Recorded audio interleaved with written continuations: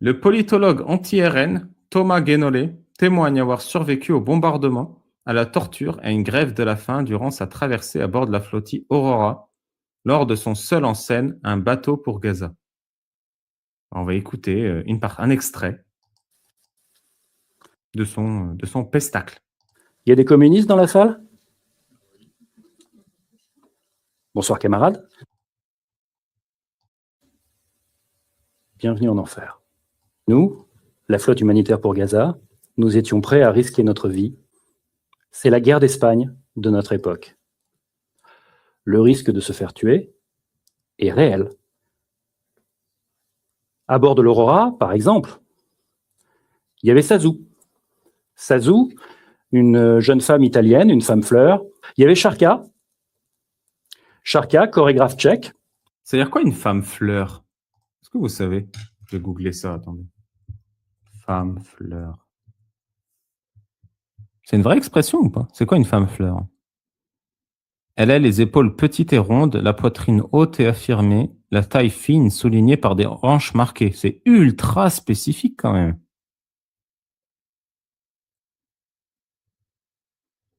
C'est une femme en rupture avec la femme soldat qui domine l'après-guerre. C'est ultra spécifique comme expression. Artiste queer. Sharka, qui a aussi une formation en psychologie et qui donc, on a beaucoup discuté ensemble, elle et moi, pendant tout le trajet en mer, parce que voyez-vous, je suis autiste Asperger, et donc elle m'a beaucoup aidé à me socialiser avec les autres personnes à bord. Il y avait aussi Marco. C'est peut-être pour ça. C'est peut-être pour ça qu'il est pas malaisé et qu'il est si déterminé dans son truc. C'est ça, il est autiste Asperger. Peut-être ça joue. Ça te permet, voilà, de faire ce que tu as à faire indépendamment de tout ce qui t'entoure. Peut-être, hein, je sais pas.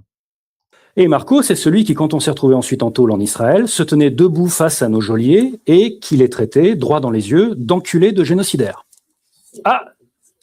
C'est une citation, je suis perché. Alors, enculé, c'est homophobe, je pense. C'est pour ça que moi je dis trou du cul. Parce que trou du cul, tout le monde en a un, mais enculé, c'est une insulte homophobe. C'est Marco qui l'a dit, c'est pas moi. Mais je vous jure, hein, je suis ultra malaisé. Je ne sais pas si c'est le son ou s'il n'y a pas grand monde dans la salle ou si la salle est calme ou si. Mais personne ne réagit. Et le fait que personne ne réagit, vraiment, moi, je vous répète, hein, en tant que personne qui a l'habitude d'aller sur scène, j'essaye, même vous le voyez dans mon livre, hein, j'essaye de mettre une blague toutes les 2-3 phrases. Même quand tu racontes une histoire sérieuse, il y avait je crois, un Congolais qui faisait ça ultra bien, qui était comédien belge et qui racontait comment il était venu, comment il avait grandi en Afrique et comment il était venu en Europe. Et il racontait très, très doucement des histoires parfois horribles, des histoires de comment il s'est socialisé, mais il mettait des blagues. Et ça veut pas dire que c'est des blagues à mourir de rire, tu vois, mais c'est pour que tu restes attentif. Et les gens, ils réagissaient. Parfois même, tu avais des fous rires dans la salle. Mais là, c'est vraiment difficile. Hein. Je dis premier degré. Hein. Il y avait aussi Tabea, éboueuse suisse. À bord de notre bateau, elle s'est imposée très rapidement comme étant celle qui gérait les stocks et les déchets, par habitude professionnelle. C'est là que les drones israéliens nous ont bombardés. Bombardés? Ils se sont fait bombarder? Les drones nous jettent des bombes aveuglantes. Quoi?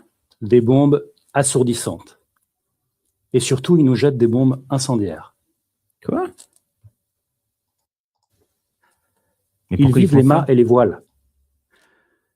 C'est une zone de guerre. Il n'y a pas d'autre mot. Mais ils ne savaient pas ça?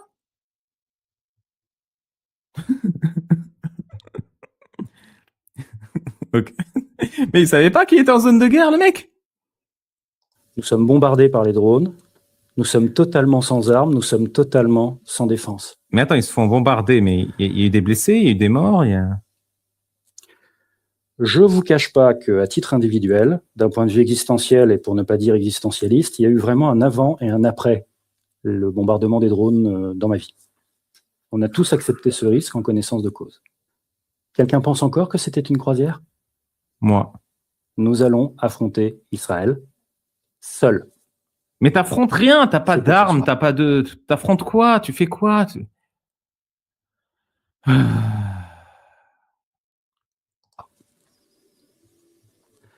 Les navires militaires israéliens nous encerclent. Je vais peut-être me prendre une balle. Je t'en ai pas pris. Alors non. Ah. Non. Par contre, Ah bon les soldats nous tiennent en joue Ah bon? avec leurs mitraillettes. Ah. Vous voyez le regard de la mort. Et là, excusez-moi, Moi, je t'excuse. et là, il nous force à nous prosterner. Ah. Main au sol, avant-bras au sol, genoux au sol, comme ça. Il est hors. Ce qu'il veut dire, c'est que la prosternation est un acte humiliant. Faites tourner le cerveau 30 secondes. Ouais, je vous l'ai dit avant tout le monde. Hein. Oubliez-vous pas que je suis un visionnaire. Moi, je vois dans le futur, les gars. Hors de question que tu te laisses humilier de la sorte, debout. Alors, excusez-moi, je tremble un peu. Alors, c'est une blague que j'utilise souvent quand je dis le gouvernement de Hafez al-Assad, le père de Bachar al-Assad, avait proposé à ma famille un deal. Donc ma famille, c'était une famille assez riche et puissante, et je dis souvent d'ailleurs que s'il n'y avait pas les Assad, je serais sûrement un polygame multimillionnaire grand propriétaire terrien de la Syrie en Syrie aujourd'hui. Du coup, comme on s'est opposé un peu familialement à la dictature, le gouvernement Assad nous a proposé un deal. Soit on vous coule tous sous une dalle de béton, soit vous quittez le pays. Et ma famille, quand même, la famille Hussein, ils sont fiers, ils sont dignes, mais ils sont pas fous quand même. Et donc, on a quitté le pays. Et du coup, on va réécouter ce qu'il a dit.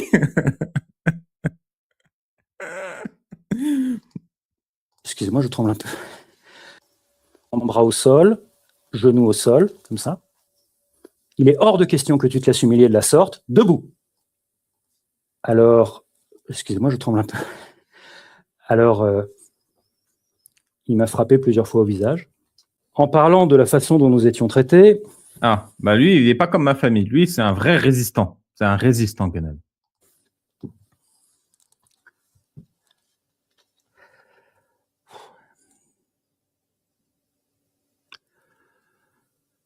Nous avons été torturés. Quand c'est les Palestiniens, les chiens, ils les lâchent. Raison pour laquelle beaucoup d'entre nous, la majorité en fait, avons décidé de faire une grève de la faim pendant toute la durée de notre emprisonnement. Je ne vous cache pas qu'au 4e jour de grève de la faim, je me suis vraiment fait peur. Alors, vous pourriez me poser la question, j'en conviens. Mais Thomas, dans ce cas-là, pourquoi tu n'as pas fait une grève de la soif? Eh bien, j'y ai pensé. Mais je serais mort. Ah. Ce sentiment d'injustice. Mais ils ne sont pas restés genre 24 heures là-bas. Ils sont restés 4 jours. Ils sont restés 4 jours là-bas, ça va. Dégueulasse, qui nous prend aux tripes. Vous avez tous vécu ça dans cette salle. Vous l'avez tous ressenti. On a ressenti tout ça et on se disait, mais putain, mais ce cauchemar ne s'arrêtera jamais. Stéphane Hessel disait, aujourd'hui, on ne s'indigne plus. C'est le tremblant de quand tu mitonnes et que tu as peur de te faire choper. Non, je dirais pas ça. Je cite. On n'est plus prêt à risquer sa vie pour une cause. La preuve que si. Mais il n'a totalement pas risqué sa vie. La probabilité qu'il meure était de 0%. Prochaine fois, soyons plus nombreux.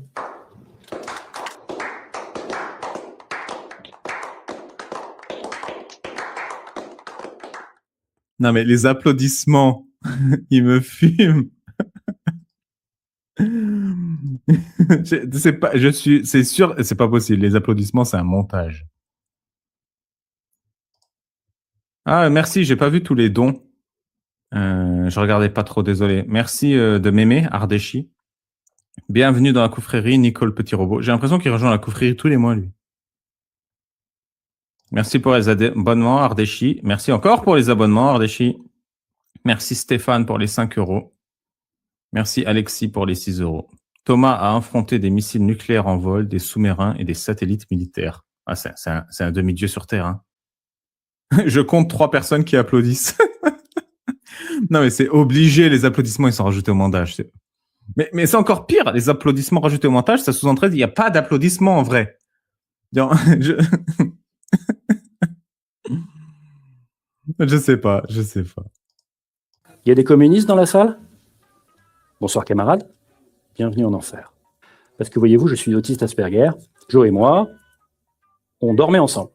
C'était gênant. C'est ça en fait ma terre promise. Ma terre promise à moi, c'est ça. J'ai dormi dans le même lit qu'un musulman pratiquant, je suis athée. Il est hors de question que tu te laisses humilier de la sorte, debout. C'était une grande histoire d'amour gay qui commençait entre nous. J'ai vraiment eu un mouvement de recul instinctif au moment où on allait me mettre là-dedans, parce que là, tu comprends. Je vais peut-être me prendre une balle. J'étais tellement ému que j'en ai pleuré. Peace and love. Le risque de se faire tuer est réel. C'est du gros mytho. Je ronfle en dormant. Il y avait Sazou. Je suis désolé, mais le je ronfle en dormant.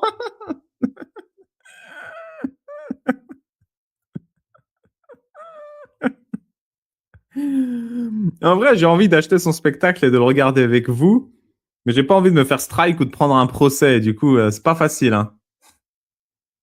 Sazou, une jeune femme italienne, une femme fleur. Il y avait Sharka. Sharka, chorégraphe tchèque, artiste queer. On se disait, mais putain, mais ce cauchemar ne s'arrêtera jamais. Il y avait aussi Tabea. Tabea, éboueuse suisse. Excusez-moi, je tremble un peu. Quelqu'un pense encore que c'était une croisière?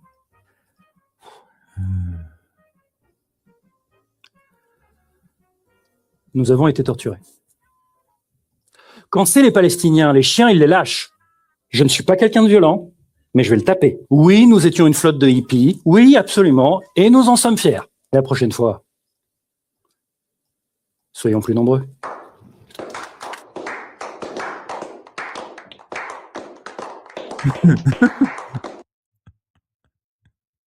Je ne commenterai rien.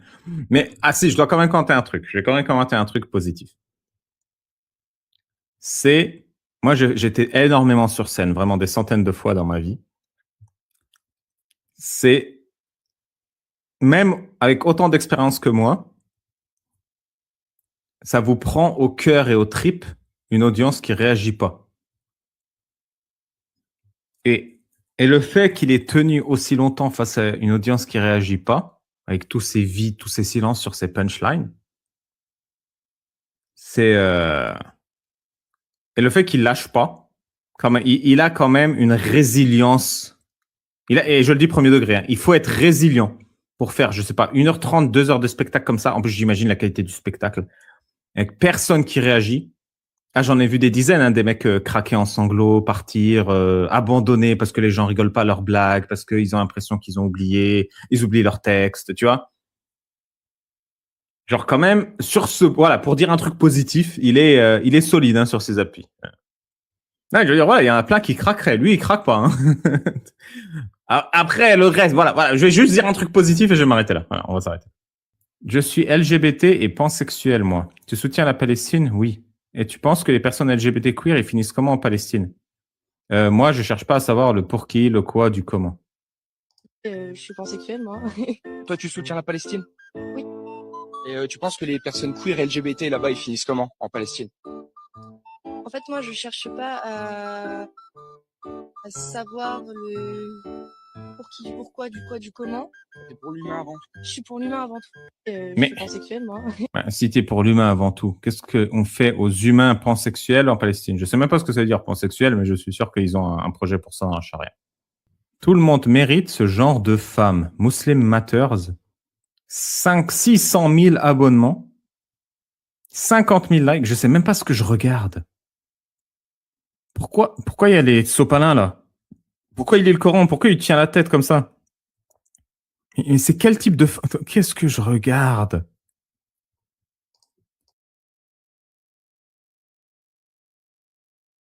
Mais pourquoi? Vraiment, c'est ultra minimaliste. Il y a un lit en bois, 2 coussins, des persos sans visage. Pourquoi ils ont mis les tissus là? Pourquoi ils ont mis les tissus? Genre, pourquoi ce détail?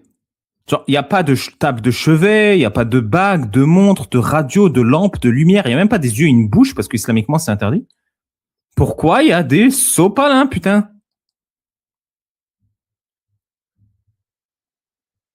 Qu'est-ce qu'il a appris en lisant? Maman, pourquoi tu portes le hijab? C'est mon choix, mon chéri. Qu'est-ce qui passe si tu veux plus faire ce choix? D'abord, ton père me frappera dans les intestins. Ensuite, ma famille va me déshériter et mes amis vont dire de la merde sur moi. Et après, je vais mourir. Allah me brûlera vivante en enfer.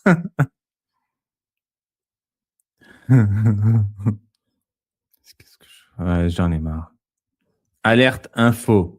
La communauté musulmane d'Ottawa est indignée et exige des réponses après qu'une mosquée a été profanée par des graffitis portant l'inscription Aïcha avait 9 ans. Mais bah, c'est grave de dire la vérité aux musulmans. Starfoullah, quelle profanation! Aïe, aïe, aïe, aïe, aïe. Du coup, Aïcha, elle avait quel âge? En vrai, je suis pas pour la dégradation comme ça. Moi, je l'aurais pas fait. On m'aurait demandé mon avis. Je dis, le fais pas. Mais un bon gros panneau, Aïcha avait 9 ans devant ou autre. Après, ils l'auraient profané et dégradé eux-mêmes. Hein, mais il faut se rendre compte que l'islam est la vérité en islam est une forme de profanation. C'est dégoûtant et faux. Aïcha avait 6 ans.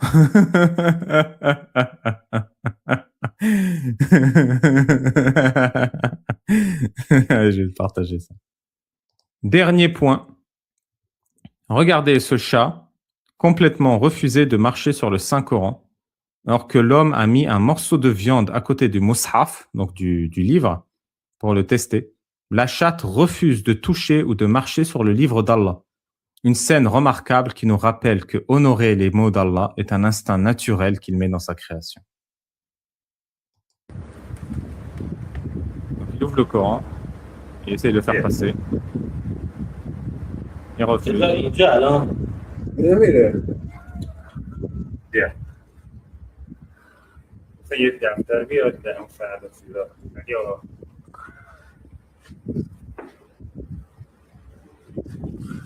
C'est impressionnant, hein? C'est bien la preuve qu'Allah existe.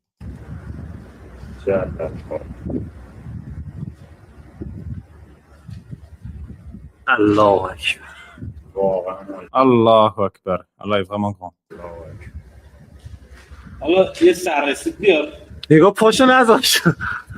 Ah, attends, elle a marché dessus, là? C'est quoi ça?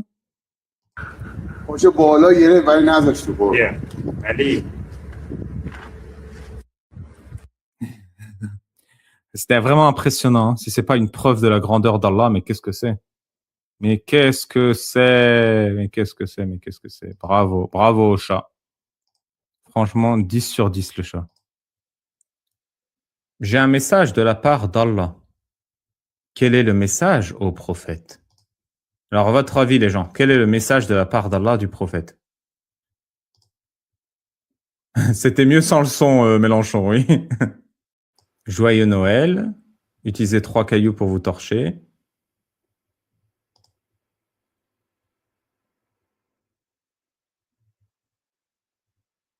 Ah, Hélène, la gauchiste qui s'énerve. En fait, Hélène, je pense que elle a des idées très arrêtées sur ce que je dis, mais elle croit au dialogue et au vivre ensemble, et du coup, elle veut pas me vexer quand elle me parle de vive voix, et aussi, elle est plus à l'aise à l'écrit qu'à l'oral.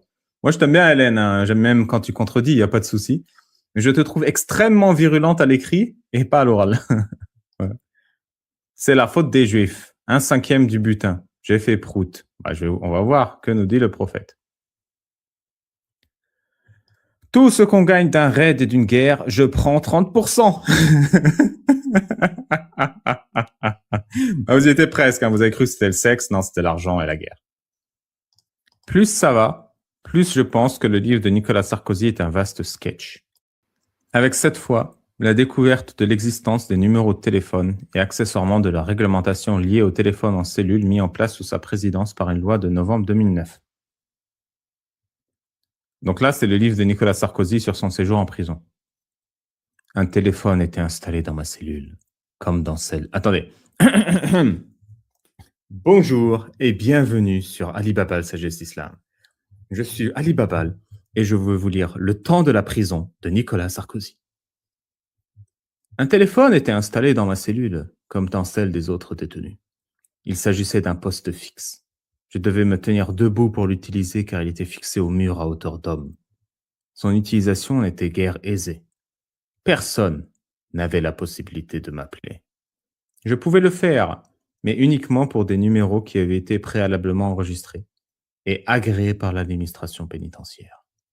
Il convenait ensuite de composer pas moins de 10 chiffres qui constituaient autant de codes nécessaires pour obtenir la ligne permettant enfin d'atteindre le correspondant désiré. Un véritable parcours du combattant. Mais c'est pas possible, c'est une satire. Il rigole là, non, il plaisante.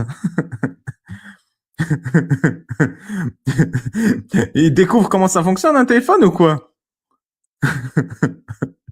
Mais quel martyr! Il faut qu'il fasse un spectacle lui avec Guénolé. Le pauvre, force à lui. Il y a beaucoup de faux extraits de son livre. Ça ne me surprendrait pas que... Non, mais c'est un vrai extrait, ça. Je sens le style présidentiel quand même. Est-ce qu'il y avait un tabouret pour atteindre le téléphone?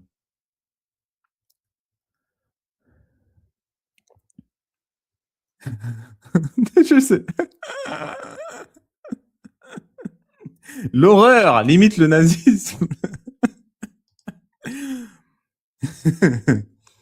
Il y a un peu les commentaires.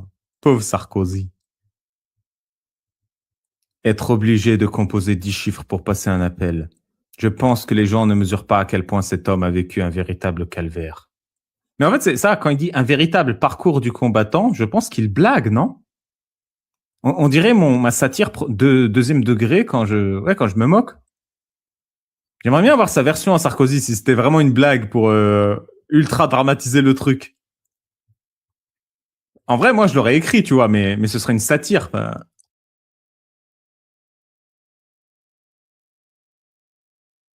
Non, je suis obligé. Ça mérite une cagnotte Litchi ou Tipeee. D'ailleurs, n'hésitez pas à donner sur mon Tipeee. Hein.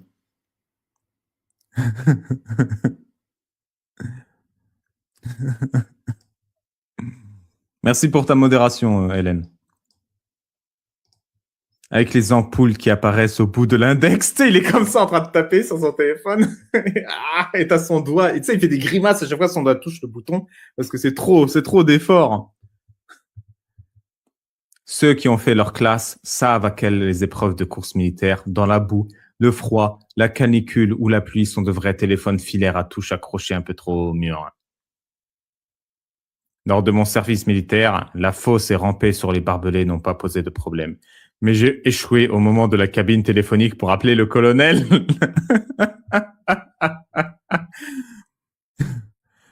Les 10 chiffres à composer, c'est pas justement le numéro de téléphone à appeler? C'est ça le code? Ah, c'est sûr que c'est pas un smartphone à commande vocale. C'est exactement ça. Non mais, c'est vrai que même lui, il se dit, non mais ça se trouve, il y a 10 chiffres à composer, puis le numéro de téléphone. Genre, à la rigueur, oui, ce serait un peu chiant, genre, je sais pas, genre un code qu'on te donne, qui change tous les jours, ou qu'on te donne quand t'as l'autorisation d'appeler, pour ceux qui n'ont pas l'autorisation d'appeler, puissent pas appeler. Non, c'est pas ça, c'est vraiment le numéro de téléphone, je pense. Est-ce qu'on a droit aux blagues sur la hauteur du téléphone? Est-ce que vous pouvez me confirmer que ce n'est pas vraiment tiré du livre? Non, je ne peux pas.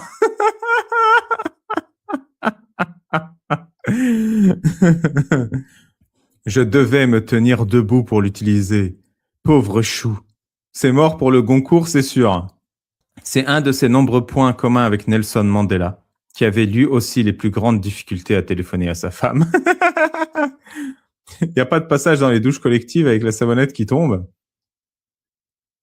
Mais c'est vrai que quand on y repense, c'est pour ça que j'ai pensé à Guénolé, il ultra dramatise le rien. Il s'agissait d'un poste fixe, ok.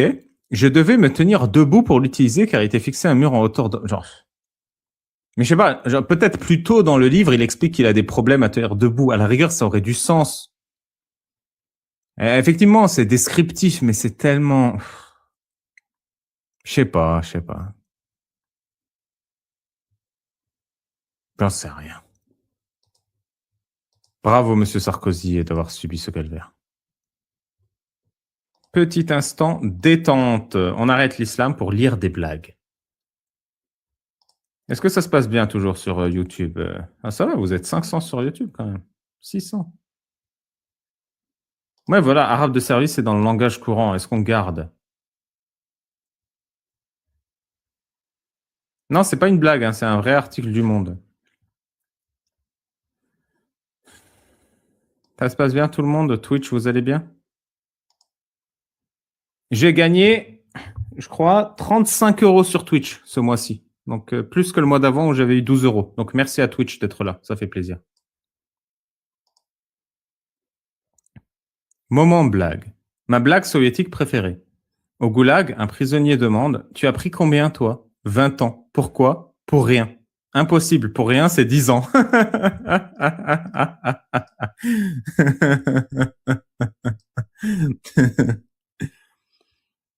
Une bibliothèque s'ouvre au goulag et un prisonnier y entre. Bonjour, avez-vous ce livre?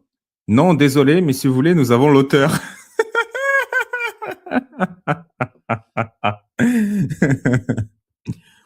Dans les couloirs du tribunal de Moscou, un juge marche mort de rire.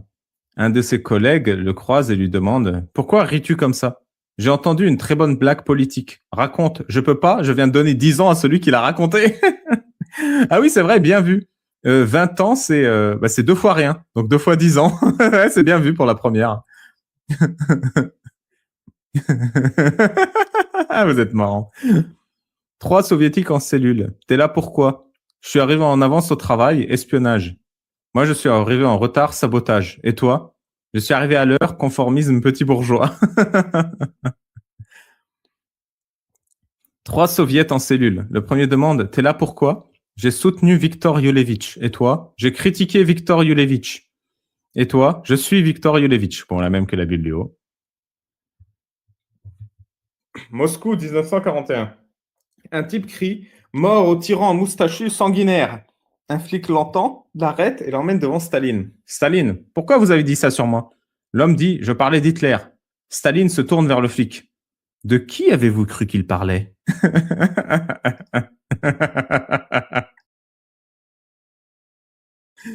On s'arrête jamais de s'amuser. C'est un citoyen de l'URSS qui dépose son dossier à l'administration pour obtenir une automobile. Votre dossier est bien reçu, vous recevrez votre véhicule dans 7 ans. Le citoyen demande: Le matin ou l'après-midi? Je ne comprends pas, qu'est-ce que ça change dans 7 ans? C'est parce que le plombier viendra le matin.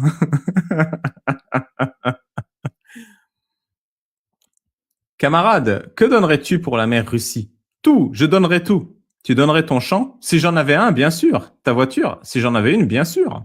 Ta vache? Si j'en avais une, sans hésiter. Tu donnerais tes poules? Ah non, elles sont à moi. Je donnerais tout ce que j'aurais eu. Un optimiste et un pessimiste sont en goulag. L'optimiste dit: On va bientôt bouffer de la merde. Le pessimiste dit: Il n'y en aura pas pour tout le monde. Qu'utilisaient les soviets pour s'éclairer avant les bougies? L'électricité. Quelle est la différence entre un rouble et un dollar? Un dollar. Lors d'une visite du président Reagan à Moscou, Reagan demande à son garde du corps: Est-ce que tu serais capable de sauter dans cette rivière? Non, rétorqua le garde, j'ai une femme et des enfants. Gorbatchev demande à son garde de sauter dans l'eau, il s'exécute. Du coup, Reagan demande au garde: Mais pourquoi t'as sauté dans l'eau? Et le garde russe répond: Parce que j'ai une femme et des enfants.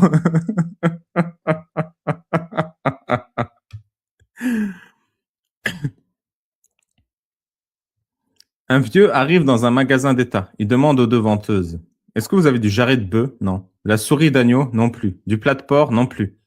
Le vieux s'en va et une vendeuse dit à l'autre: C'est vieux, quelle mémoire. Un soviet entre dans une boutique et il demande: Vous auriez pas 1 kilo de pommes? Non, ici il n'y a pas de viande. C'est en face où il n'y a pas de pommes.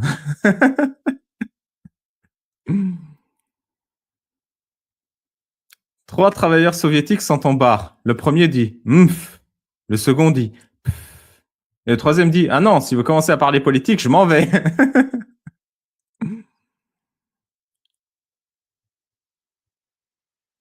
C'est quoi la différence entre une bonne blague soviétique et une très bonne blague soviétique? 20 ans de goulag. Clinton est au téléphone avec Elstine. Bonjour Boris, en un mot, comment ça va? Bien. Et en deux mots, pas bien.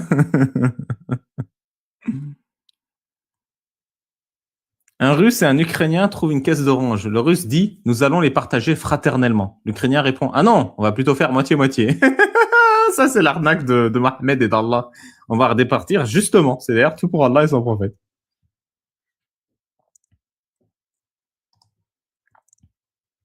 Oh, ça va être trop long.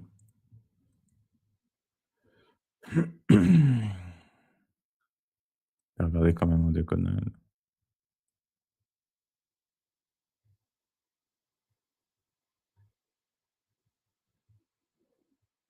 Gagarine est l'homme le plus malchanceux de l'histoire. Il a fait 17 fois le tour de la Terre pour finalement retomber en URSS. Ah, je connais un peu la même. Gagarine a été le meilleur cosmonaute, s'est entraîné mieux que personne, a fait de la muscu mieux que personne, a été ingénieur mieux que personne. Tout ça pour passer quelques heures en dehors de l'URSS. J'arrive au parc, je vais salam un Renoir avec une coupe afro bien hard. Je lui dis tranquille ou quoi, poteau, la forme? Wallah, il m'a répondu bonjour, ça va et vous, monsieur? Je me suis senti comme ça.